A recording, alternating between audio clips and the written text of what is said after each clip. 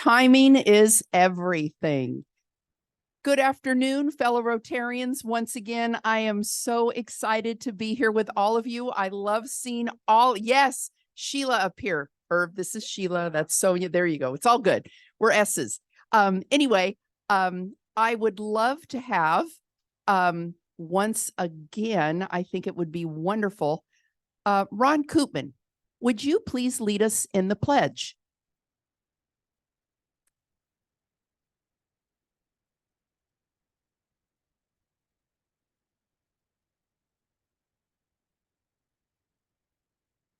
I pledge allegiance to the flag of the United States of America and to the republic for which it stands, one nation, under God, indivisible, with liberty and justice for all.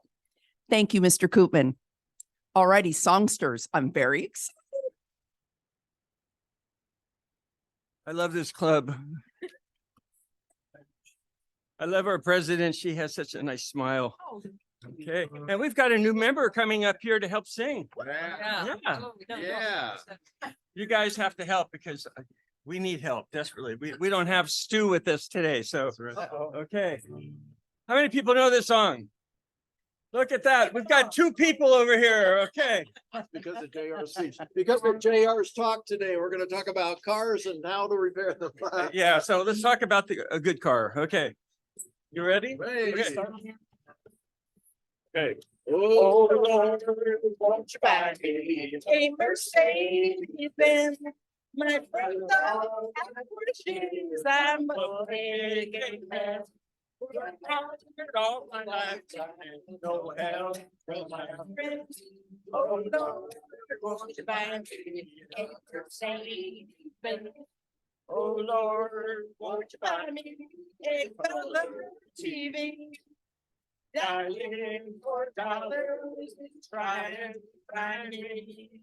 I wait for delivery, day until 3. Oh, Lord, won't you buy me a color TV? Oh, Lord, won't you buy me a night on the town? I'm counting on you, Lord, please don't let me down. Wait there to love me and buy the next round. Oh, Lord, buy me not on the town. Lord, won't you buy me a Mercedes-Benz?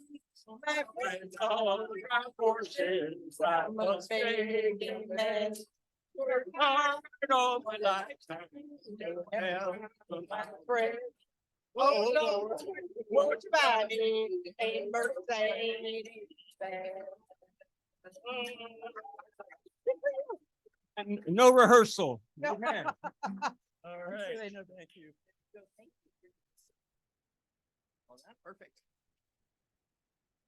All righty, fantastic. Let's see, thought for the day, our own Mark Roberts. Right. There's my fan. You know, the fan goes wild. All right. All right. So today is the 8th of November. And of course, coming up is the 11th of November here in just a few days. And you'll remember that that is Veterans Day. That was, of course, in remembrance of the 11th month, the 11th day, the 11th hour, and the 11th minute when the guns of the war to end all wars ended. Of course, we were not that lucky. We hadn't even named it World War I yet because there was a World War II. So in honor of all those who are served, a thought for the day about veterans. In war, there are no unwounded soldiers. Jose Narkowski. Some wounds are easy to see, others are hidden. Some wounds heal completely, others last a lifetime. Some wounds are always present, and others appear only for brief moments. For those of us who have benefited from the service of soldiers, I would ask that we remember to offer our thanks and support, both for what they have given to our country and what they continue to give. Thank you.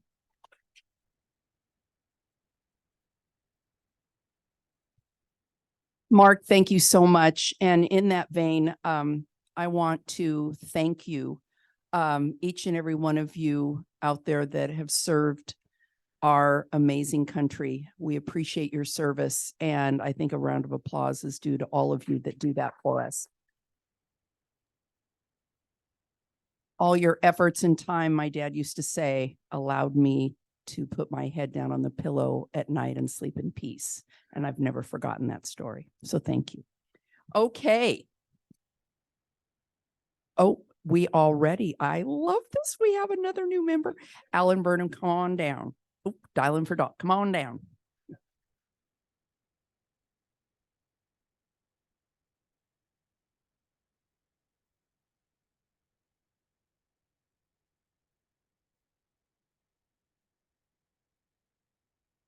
Oh, you want to get a picture?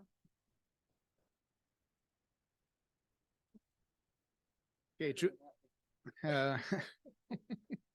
well, we had several options, and that looked like the most exciting one. I guess it is. Trudy and David, you are about to become the newest members of the Rotary Club of Livermore. The Rotarian who proposed you for membership, Dennis O'Brien, paid you a great compliment. He saw in you the characteristics that would make fine Rotarians. You have been confirmed for membership because we are confident that the image and ideals of Rotary are safe in your keeping. It is with great pleasure that we welcome you as fellow members of the Rotary Club of Livermore. Congratulations. And here are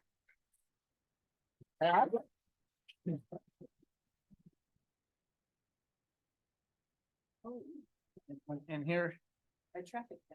Yeah, the traffic vest. Well, I'm not sure which one's which. Yeah, okay, there you go.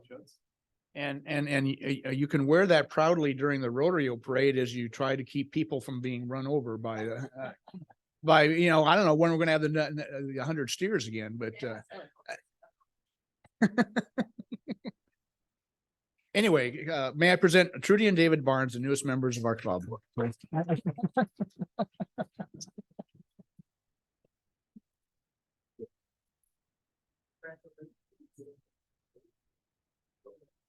Alan, thank you. And I am so proud. That is amazing. And Trudy's already stepping up and helping us with stuff. So you folks are amazing. Okay. Let's see, moving along here. I don't know if as Dennis told me, I got to pay attention what's on the screen. So so we have helping us today, making everything happen in our club and beyond, Spur reporter Wendy Ellison. Thank you, Wendy. Woo, woo. Spur publisher and meeting photographer, double duty, Don Wentz. Audio visual, Dennis O'Brien. And we love your intro each and every time. I love to look at those things. Those are great. Our Zoom host and chat monitor is Pat Coyle. All right.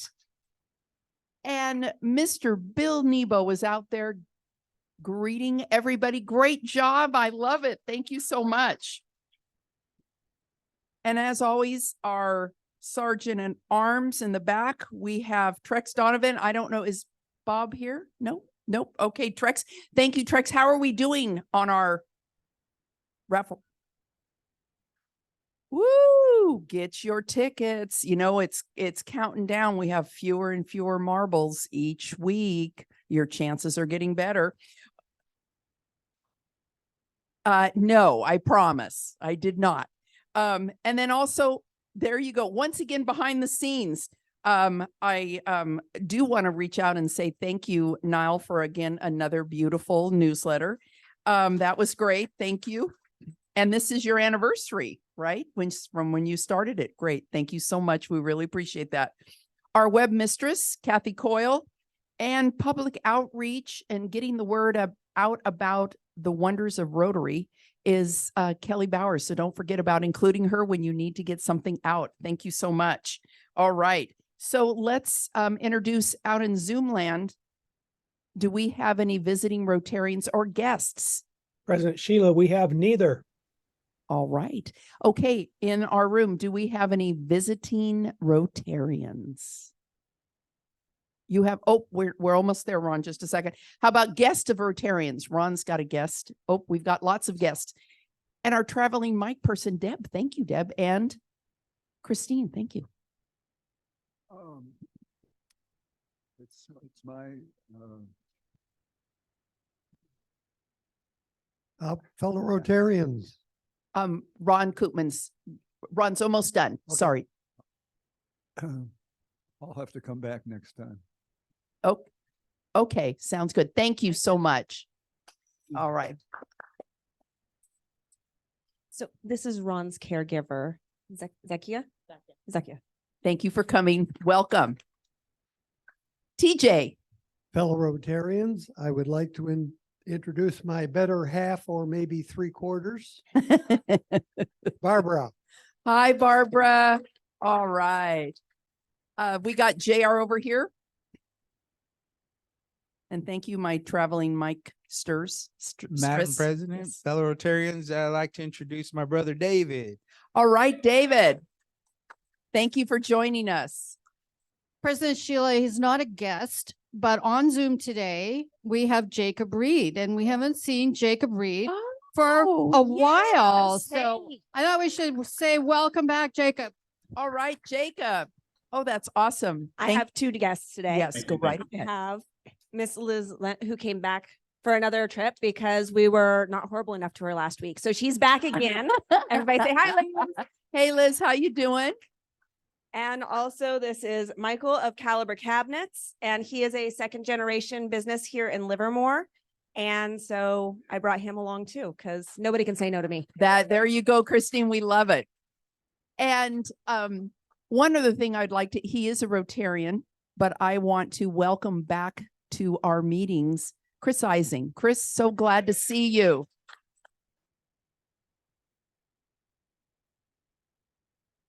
Thank you, Chris, so much. Okay. All righty. Let's see here. Moving along. Let's see. Announcements. Kathy Coyle.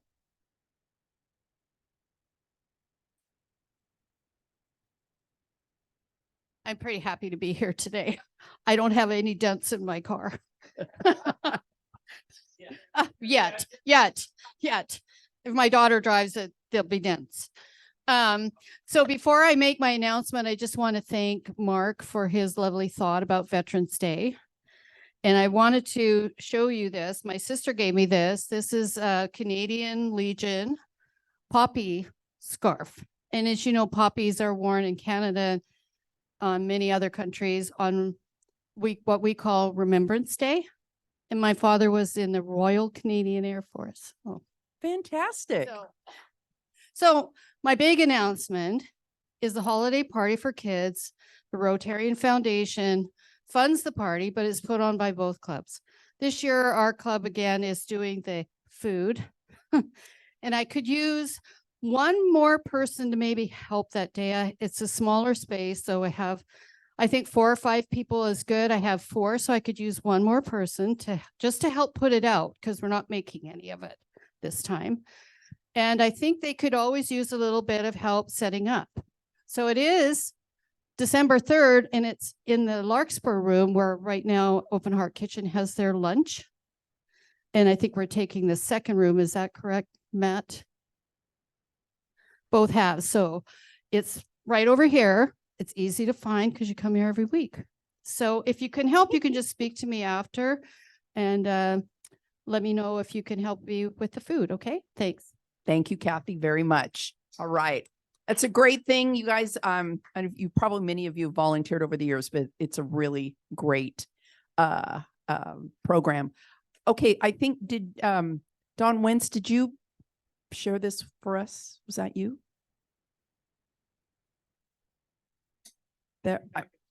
Okay, that'll work for me.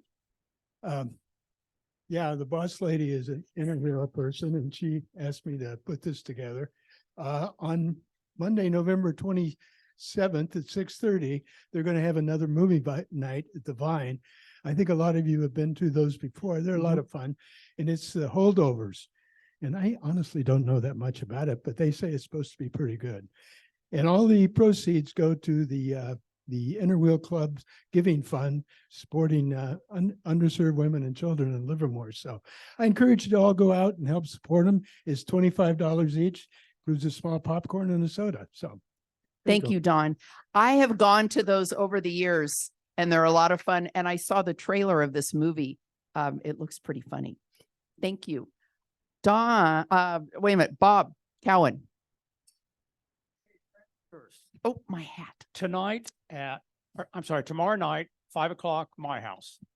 Sounds good.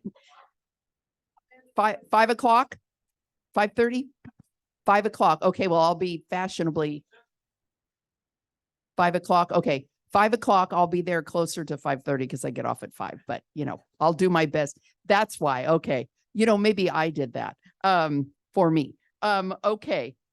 Let's see. Next, Michael. Yes, sir.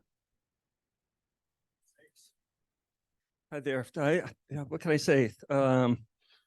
I'm having a music scholarship fundraiser on December the 9th. This is the first concert I've done in a long time. If many of you have, I know many of you have come to my concerts before. I've had extraordinary guitar players come. And this is no less. This is a gentleman by the name of Richard Smith, who is right now on tour with Tommy Emmanuel. Does anybody know who Tommy Emmanuel is? He's coming to Livermore to play for us at the Bothwell, which is extraordinary.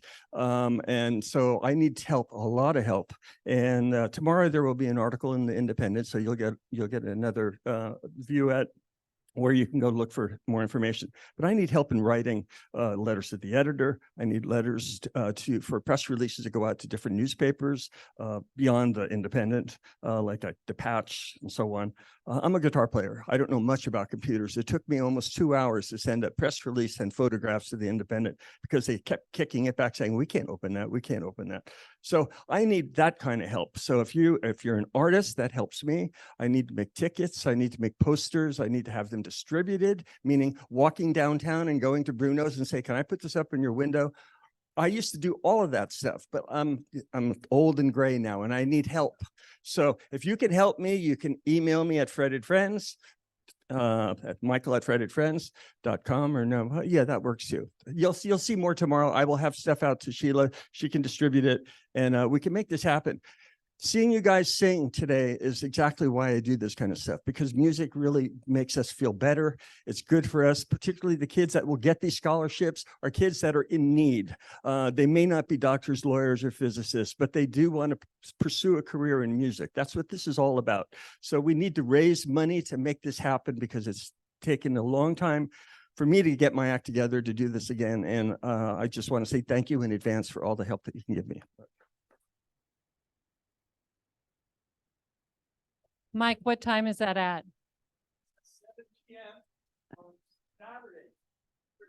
7 p.m. Saturday, the 9th of December at the Bothwell. And the tick 30.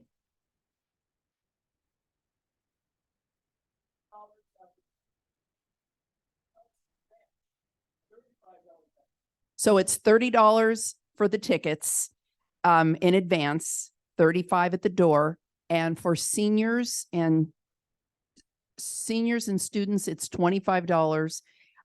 We're hoping, and I am going to try to put an email together to reach out to many of you, wine, snacks, maybe we can get stuff donated and we can sell them, water for $1, wine for $5 a glass. Every penny goes toward this, but we're going to need many hands to make this happen. So we'll send out an email once you get me all the details so we can get helpers. Okay. Any other questions about that? Yes, ma'am.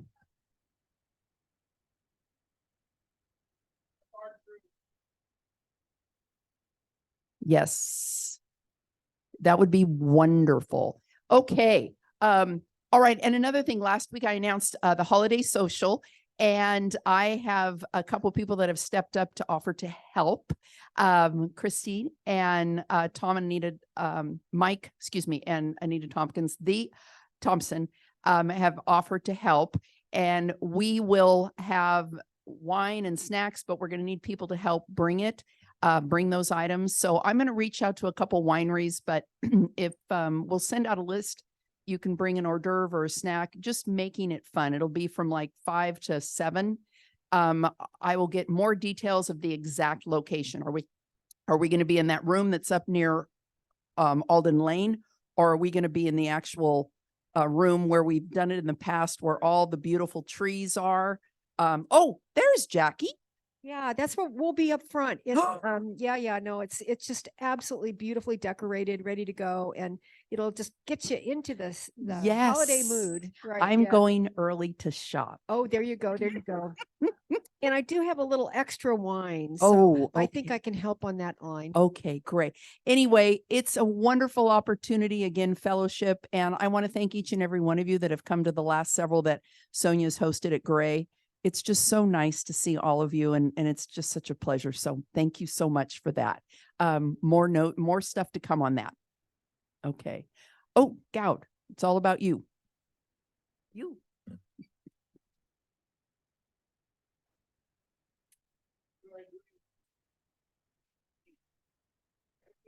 One major donor. Okay. I am very pleased and honored to invite TJ and Barbara, the recipients of Major Donor Level 1.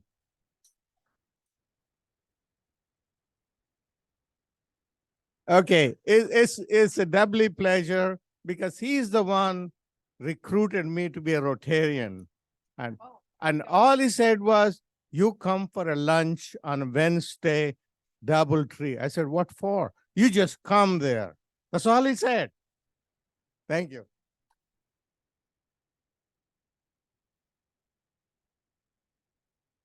Okay, now let's do pictures. Yeah. Here we go. Oh. Dang. Look at that. Now.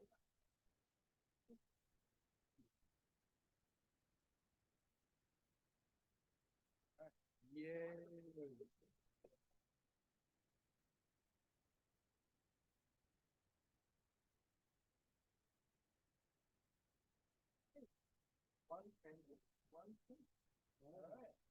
Fantastic.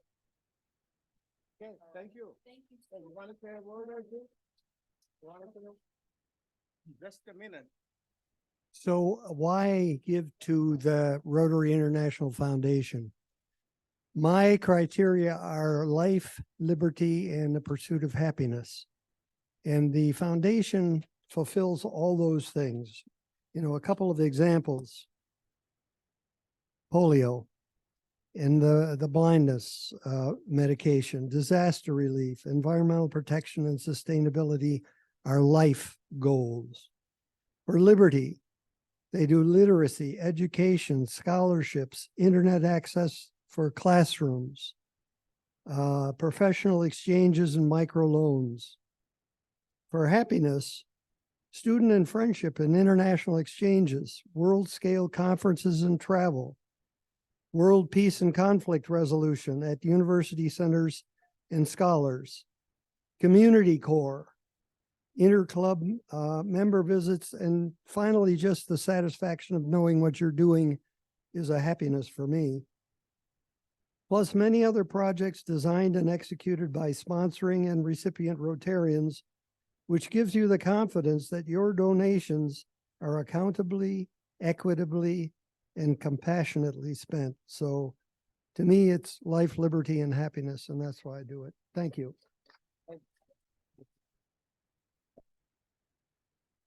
Okay, so I'll take a couple of minutes to say that we have set a goal to be the first club to have 100% Paul Harris Fellow Club. And it's a little challenging, but I think it's doable. We got about 19 members, of which 7 of them are within $200-300. We can get there. And the rest of them, with the help of my committee, and we're going to come and tell you in your ear how much you need to give to become Paul Harris Fellow. And we got that. And since I've been talking a lot and giving out a lot of information, a doubt came to be how much anybody is really paying attention. So I'm going to have a quiz next week. And very basic about the Rotary and the foundation. And the winner will get a good prize. Just read up. And if you haven't logged in already, log into myrotary.org, come prepared, win the prize. Thank you.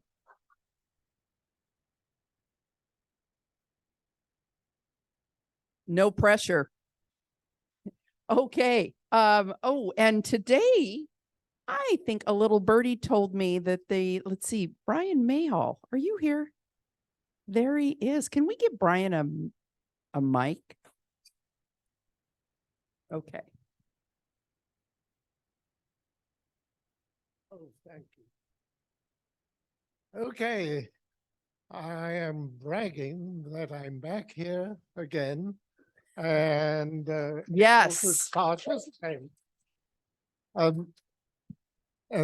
some of you know, I had a very scary week or so in deal with a bacterial infection of my blood. Oh, it was scary. And I was beginning to come around when I got a really nice upbeat card from you guys. And I realized it really means a lot to me, you being a member of this club. And I'd like to make a little extra donation of $100 to the club and $100 to our foundation. thank you so much, Brian. And we are so glad to have you back with us. Thank you so much. Okay. Let's see here. Before we get started, two quick things. Let's see, Loretta Caskey, you have a little announcement of a little project. Pop-up service. So I hear there might be wine. Continue. So our good friend, Jessica Carroll at JMC Winery needs a little help with a landscaping project she has. Now, it's not that big of a project. Did I tell you that there's wine involved? So we're looking for a few Rotarians to show up, with work gloves, maybe some shovels. And what we're going to do is empty some half wine barrels and then refill them and maybe even plant. All right, we're doing a stretch goal to plant, and there's wine. And it's only like 10 barrels. It's not a lot.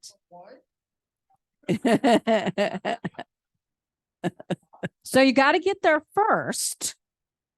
So again, we're going to do this 12 to 4 Saturday. This Saturday, like I said, it was a pop-up service and at JMC Winery. And I know it's past Poppy Ridge.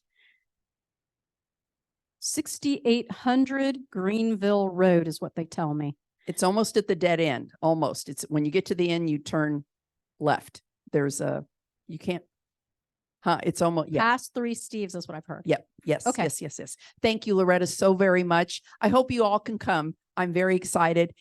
Jessica has been the one graciously donating the wine for us to give to our speakers. So I'd love to be able to do a little thing back. And my last quick thing, I did not hear, what do I got? I got a minute. I didn't hear back from anyone regarding other venues to try for lunch. To have the meeting, not lunch, to have the meeting. So I'm going to assume that we don't have any other suggestions.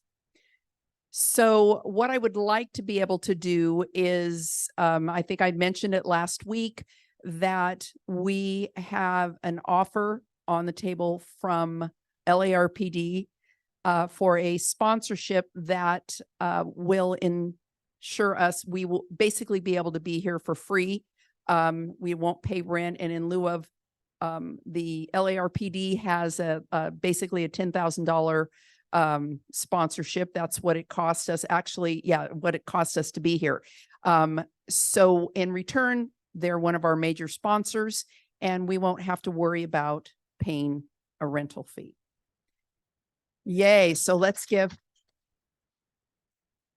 So I'm very excited about that. We can talk about lunch later. There's options. We're also visiting after the first of the year. Sonia's working on our evening meeting, possibly at Del Val Winery. She's in negotiations. I love that term, with them right now, because we're a nonprofit and that money does so much good in the community. You're so good, Sonia. Yes, sir.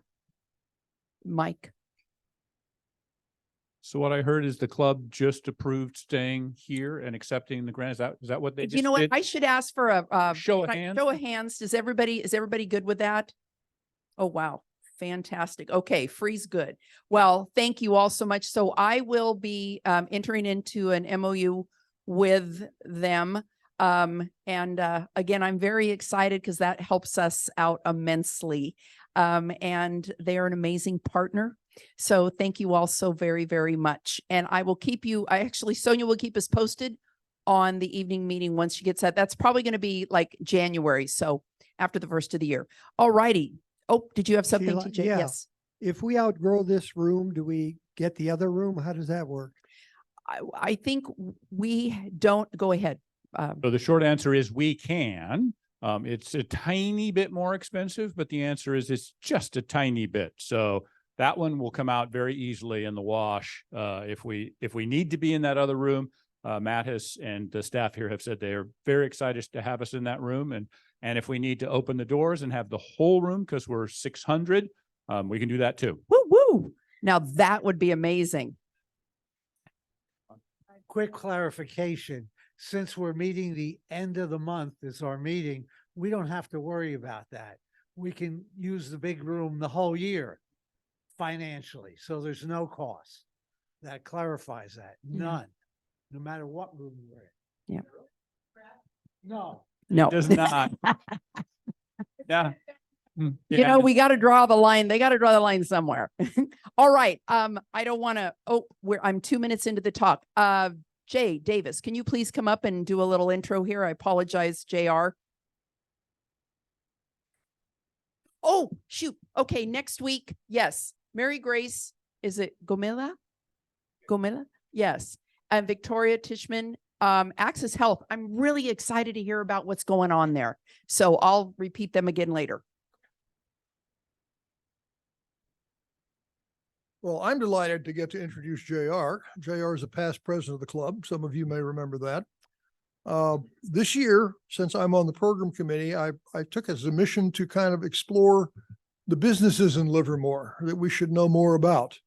And you may remember we started with Mike Slesser and Form Factor, which is, I think, the biggest private employer in Livermore, followed by Monarch Tractor, which is going to be the first unicorn in Livermore, which is a big deal.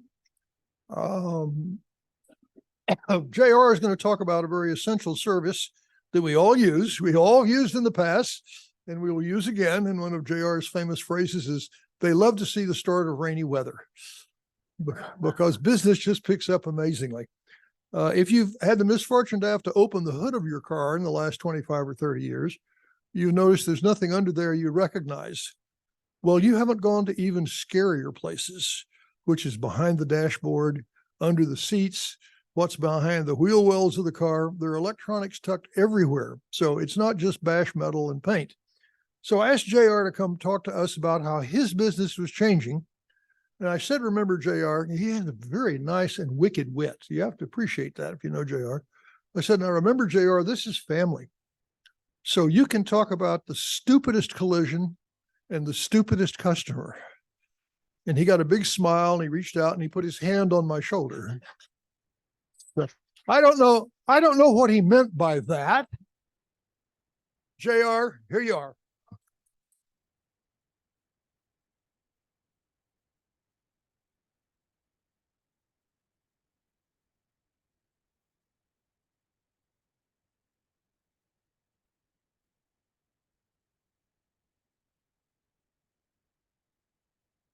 Right.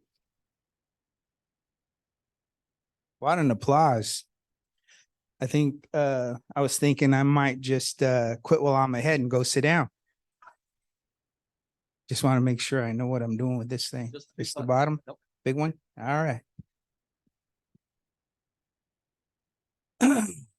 So there's one thing I gotta get out of the way.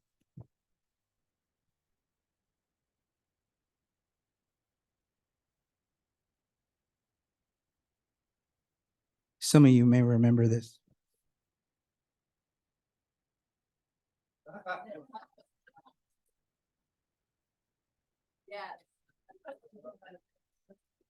It's been a long time. Since I've been up from the front. Happy to be back here in the front. Little bit about myself. I started working in the auto industry back in 1977, part-time for Growth Brothers. How many people remember that? Then I went to work with my brother when I graduated high school in Castro Valley at a shop called Randy's Body Shop. Worked there for almost a year when we opened up our business here in Livermore.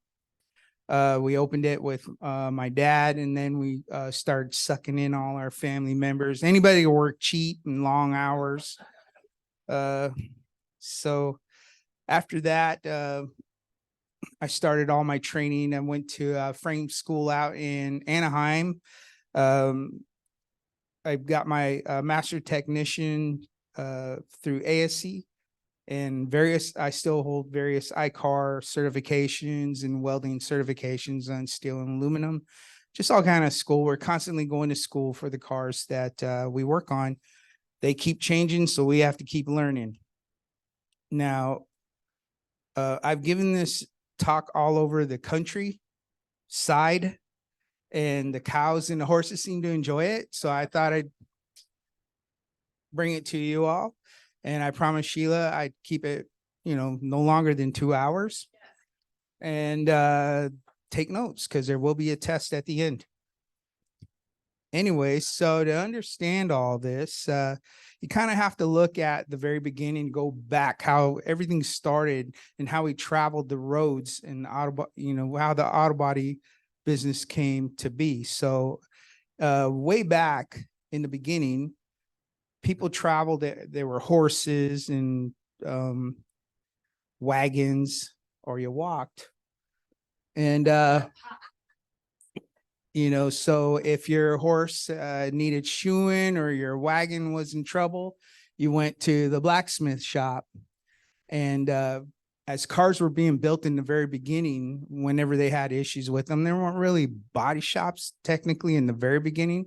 They went to to the blacksmith shops, and you can see that right there, that guy's making a deal there on that car. And if you look closely, I don't know if there's any family resemblance there, but that's my great grandfather, Jose Rodrigo Fernando Manuel Smith. Actually, it's just a stock photo.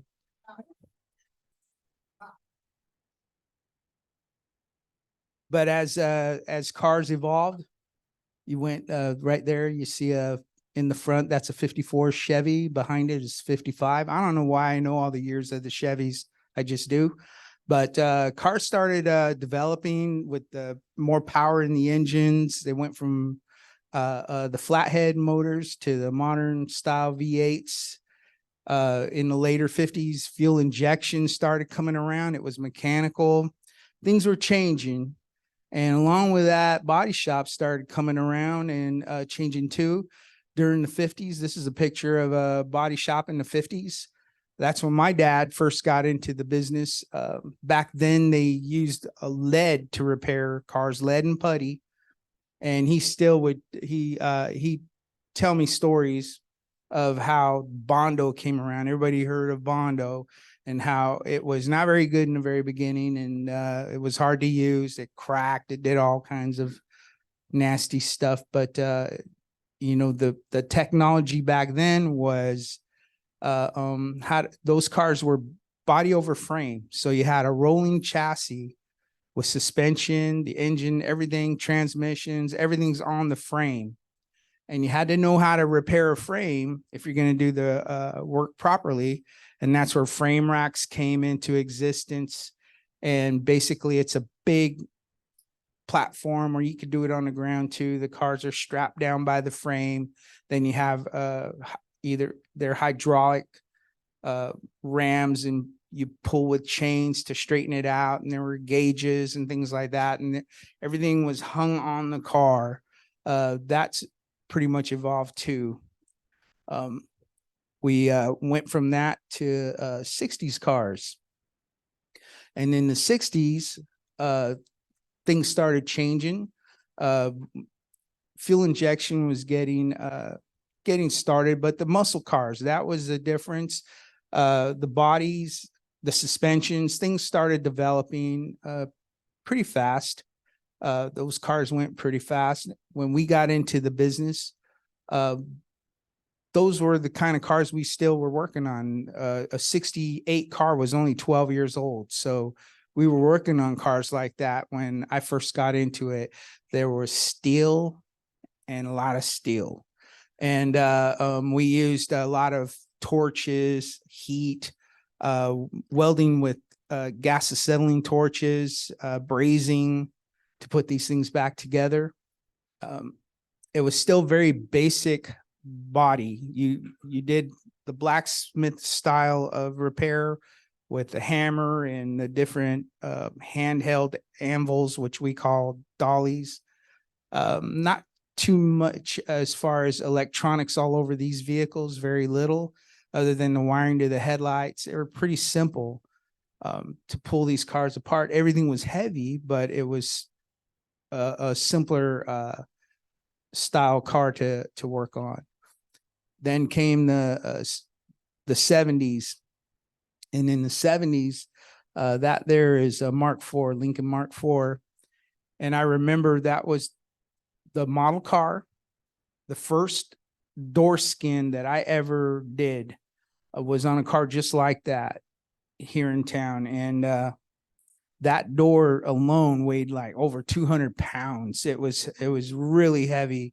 And it took, I remember my arm felt like it was going to fall off from hammering that panel. You have to crimp the edge around the door to put it back on. Just seemed like it took forever, but it was my first one. And my dad was right there watching me, making sure I did it right, but it came out good. At least I thought so. Customer didn't complain, so that's always good. And that's us. That's my dad, my brother George, myself when we first opened back in 1980. And that's when we got started. My dad originally was still working for an insurance company when we opened. So it was more of like a hobby shop to me and my brother George. We were kind of working on our own cars and taking in enough work to pay the bills. But we were having a good time until he came full time. And then he kind of changed it to a real business, and I wasn't having any fun anymore. But actually, it was good for us. We learned the business end of it, and so it's been a lot of fun working with my family. People often ask me, "How do you work with family?" Well, we're all separate. You work in your side, I'll work over here, and we come together and discuss stuff. But we all have our parts of the business that we run. So it's been fun. Then we come into the imports. There were a lot of imports coming in. Now fuel injection is kind of primary. The unibody came into existence. It's a whole different ball game, a whole different type of repair. The body is consisted of the frame is unitized with the body. So repairing these was not like the regular frame underneath. It's kind of a 3D box. You had the rear, the center section, which was meant for the passengers, and then the engine section. So along with that came more training and trying to figure out how to fix this 3D box so it's square, so all the parts fit back on the car properly. But we saw a lot of changes in that, and big Japanese influx. We had the Hondas coming in, Toyotas, cars were getting smaller, even the Chevy and Fords and Chryslers, everything was getting smaller and going to that unitized style of body. It was a little challenging at first, but we figured it out. At that time, we were still using different types of measuring systems on the cars. They weren't quite what they are now. Now we use lasers, and thanks to Livermore Lab, a lot of the stuff that we see in the cars was first thought of over there. And a lot of our repair equipment consists of lasers and different things like that. It's no longer the kid that didn't do well in school, go work on a car, go work in the body shop. You need a lot of training, a lot of schooling, and you need to understand these cars are getting a little more advanced here. And then came the minivans.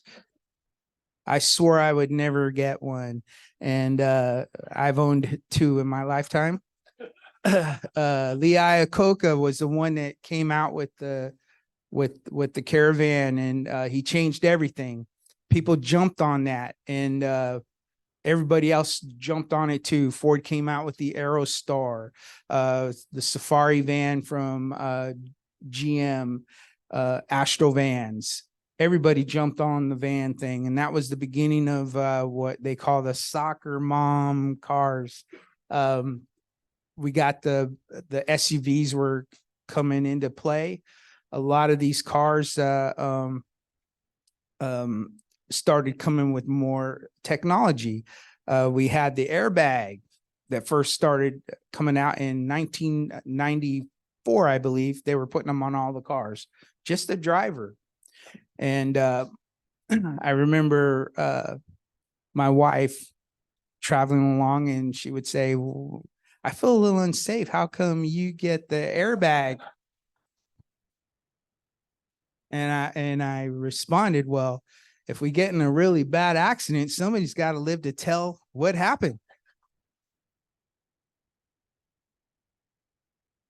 Well, they finally, I guess they heard enough of that through letters from whoever, and they put airbags on the right side. Now you can find airbags all over the place. They have them in the roof. They pop out everywhere. And we get some cars that are hit, and the people come in and they're a little upset. The airbag didn't go off.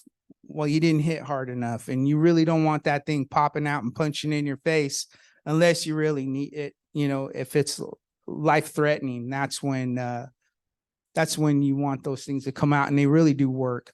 Back when we first opened, we would get cars that were hit pretty bad, and we'd see a lot of pretty nasty stuff, face prints in the windshields, and the car would come in, and we're trying to get a hold of the customer for a few days, and finally they'd show up a few days later, a cast, crutches, and they'd been in the hospital.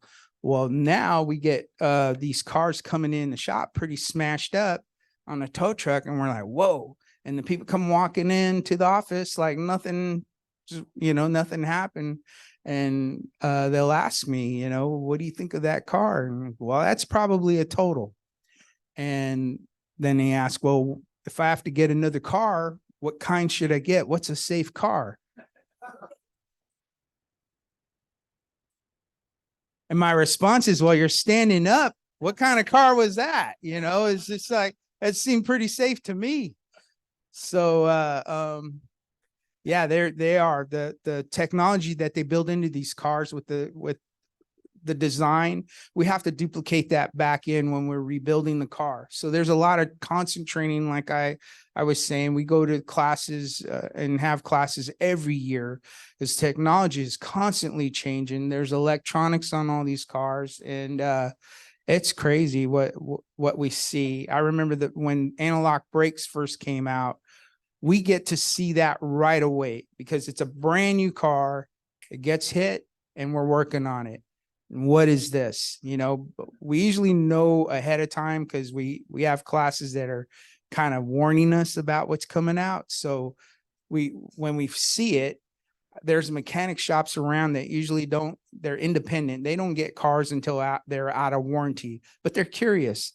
So I've had mechanic shops ask, hey, if you ever get one of those cars in, I really want to see what this is, So it's kind of fun when we get in there to see how the engineering and what the thought process is going on with these designers. It's pretty cool. Some stuff I'm cursing about, some stuff it's like, wow, they really thought this through. But how am I doing? I'm doing good. So it's a good thing. Oh shoot, how'd that get in there? It's my grandkids. I thought I'd show off. Okay, it takes us to the through to the 2000s. Now we're looking at LiDAR, radar, all kind of sensors all over the cars, cameras. There's cameras in front, cameras in back. We have sensors underneath the bumpers, computers underneath the bumpers. Really safe place for a computer underneath the bumper, but they're there, front, back. We have intrusion beams all built through the car. Remember back in the 80s, you heard of the space frame. Well, those are built into all the cars, and they're built with all different types of steel. We deal with high strength steels, boron. It's crazy the type of metals we encounter in a repair, and we have to know how to work on all of it, how to treat it. You don't want to destroy it working on it. And we have to know how to weld on it or how to replace these parts. So we're constantly, like I said, going to training, and these cars are so advanced. I tell people, they're like, if you look at a cell phone and how much technology is in a cell phone, now add wheels and a motor to it and kind of expand it out. That's what you get. There's up in the front of this where you see the Chevy emblem on a lot of cars, that's actually a camera up inside there. And anytime these things get hit, there's certain procedures on how to put it back together. Then they have to be recalibrated. Who was that? He's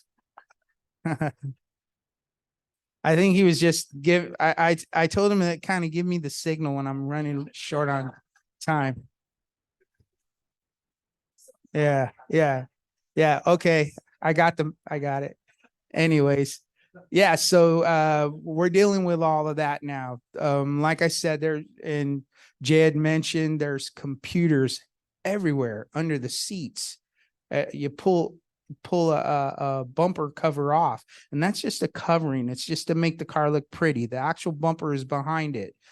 Behind that, there's sensors. There's sensors in behind the fenders. That have you ever started your car and it tells you what the pressure is of your tires, or if you have low pressure? That's reading a sensor that's on your wheel. So it's incredible, the stuff that's in these cars. So it's been kind of fun learning all this stuff as we went along, but it's a different business today, completely different from what it was back in when I first started. It's challenging, it's fun, and the old style of body shop, they still exist, but they call those restoration shops now.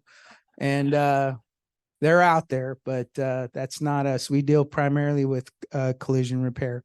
Once in a while, we'll take on a restoration job, but not too often.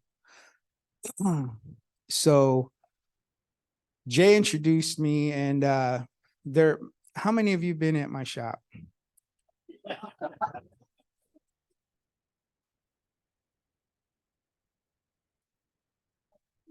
Yeah. How many more than once? How many a whole bunch of times?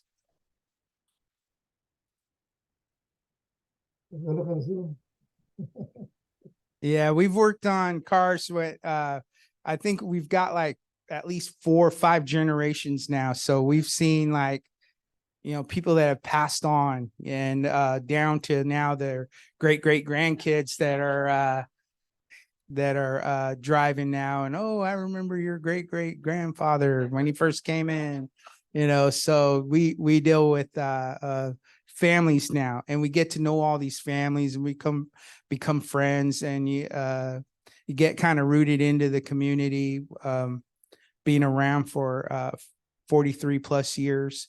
It's been fun. Which brings me to, I know that I was asked about those Teslas. Now we're dealing with hybrids and EVs, and that's a whole nother ball game. So we do work on those, although I keep it limited. There's a lot of training that goes on with how to handle the batteries more so than anything. The actual body on this car is not too much different than a regular car, a fuel car, but dealing with the batteries is a little bit different. Some cars that we do work on, we actually have the batteries removed before we even touch the car to do a repair, or we can just disconnect because we're welding on these, and the last thing you want to do is blow the car up, or blow yourself up, or catch the thing on fire. So there's a lot of training that goes on with that too. So that is the other challenge, is what's coming next. We have our autonomous cars with all these things on them that are being talked about. There's some of these now. I don't know if I trust that yet, because we still see on the news every now and then cars just wind up in a wall or in a truck or something like that. And I look at computers in general, and I haven't owned one yet that didn't glitch on me, or a cell phone that didn't kind of go haywire. So I'm not sure if I'm ready to trust an autonomous car. As long as you're behind the wheel and awake, and you could put it on some sort of a cruise control, but you're still watching, I guess you'll be okay. But they have so much technology on these cars for crash avoidance, yet those cars are all still in my shop. And a lot of times it's because the driver doesn't believe it. How did you rear back up into a tree? There's a camera, and didn't it beep? Oh yeah, but I thought I was gonna clear it. So we hear all these stories, Didn't it tell you in the mirror that there was a car on the right side? Yeah, but I thought I had enough room, But we hear it all. So they can put all the technology into the cars, but there's still human error. And then there's technology error too, so all those things can happen. So what's next? Flying cars? I'm not sure if that's coming, but I hope I am retired by that time, because I do not want to be test driving something like that. But they're out there. I've seen videos of them. I don't know if they're coming, and if they do, I don't want any of you owning one. I want Livermore to remain a safe town. So for those of you that have visited my shop and have been in for few times, 3 times, 4 times, it comes with perks. You get your car washed. There are a lot of things that you get when you're a repeat customer. Some of you even get your own parking spot.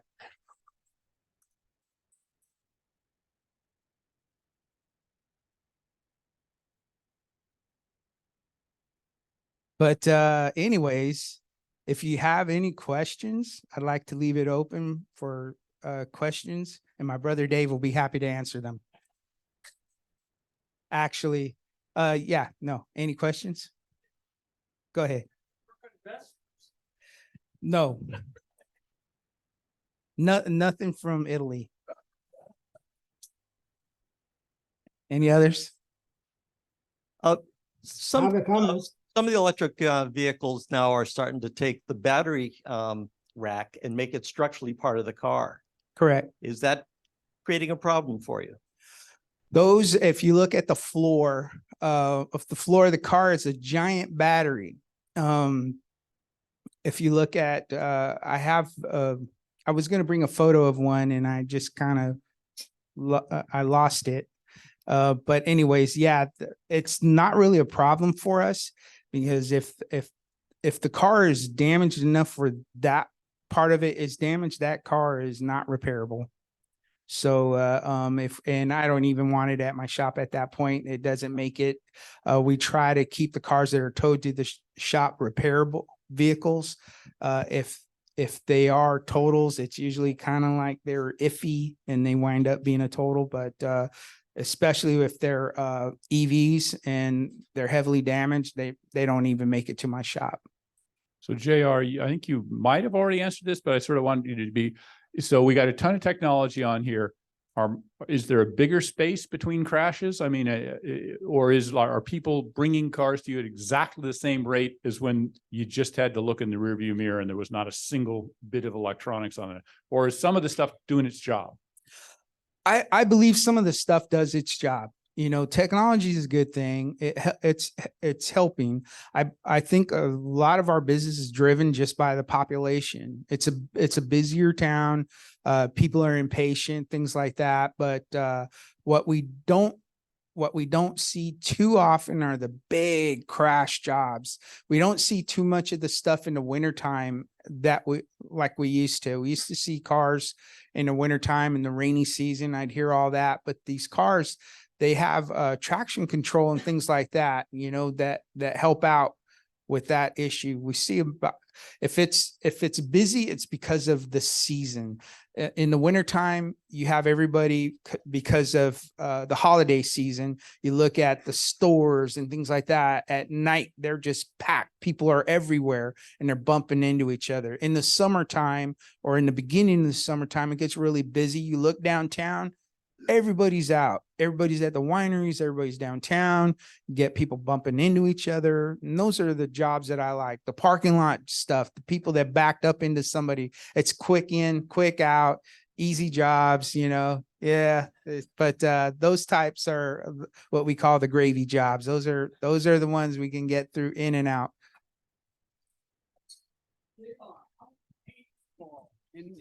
Paints are crazy. So paint, when we first started, it was all lacquer based. It went through changes to where there were acrylics, and now we have waterborne base coat with the urethane top coat, and the stuff's really good. And now they're coming out with a clear that's UV activated. I don't know if you've ever dealt with any types of glues, or you went to the dentist and they put that stuff and they put the UV light in your mouth and it dries it like that. Well, they're coming out with a clear like that where you spray the clear on, put the UV light on it, and it's dried in like minutes. So I can't wait for that to happen. It'll make the turnaround a lot quicker. So right now we bake everything in the shop. It goes 160 degrees in the oven, in the spray booth oven, for about 45 minutes before we pull it out. And when it comes out, it's kind of like when you pull out cookies out of the oven, seems soft until it cools off, then it hardens. So yeah, they've evolved. It's a whole different ball game. I used to know how to do all that in the beginning. Now it's just like I don't go near it. It's like you have to be a chemist on how to mix this stuff. You know, I just kind of remove myself. It's too much for my software. I get overloaded. I'm trying to purge stuff. I'm not trying to put stuff in. Right. Thanks. That's always amazing. Big thank you. Love having you up here. And this is from Jessica, JMC Sellers, to say thank you very much. What a great presentation. And I am sure if any of you have questions, JR, and you'll be in the back, you can answer them. Sure. I hope, All right. Okay. Thank you, everyone. Next week. Well, wait a minute. Let's give JR a big hand. Goodness.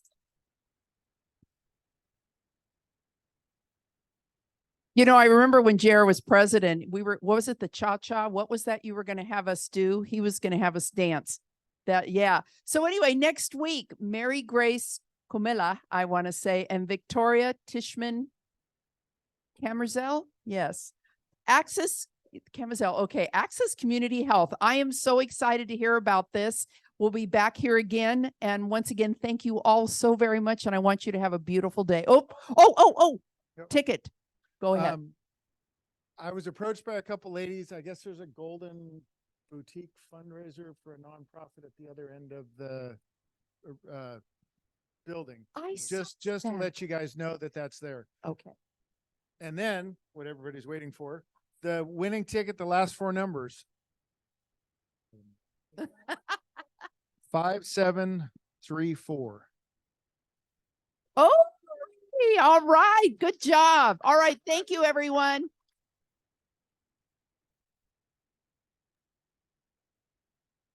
Okay, everyone. Well, Sheila's rung the bell, so unless people have anything they want to cover, I'll go ahead and sign this off for us. Good to see everybody. Thank you, Pat. Thank you very much. You betcha. Thanks, Pat. Great to see you. Likewise, Jacob, Clark, and See you next Kathy. time. Jennifer, we've got a few other people. Some have already signed off. Kelly was on for a while. Bye for now. We're going to go ahead and wrap it up. All righty. Take care. Have a great week. You too. Thank you.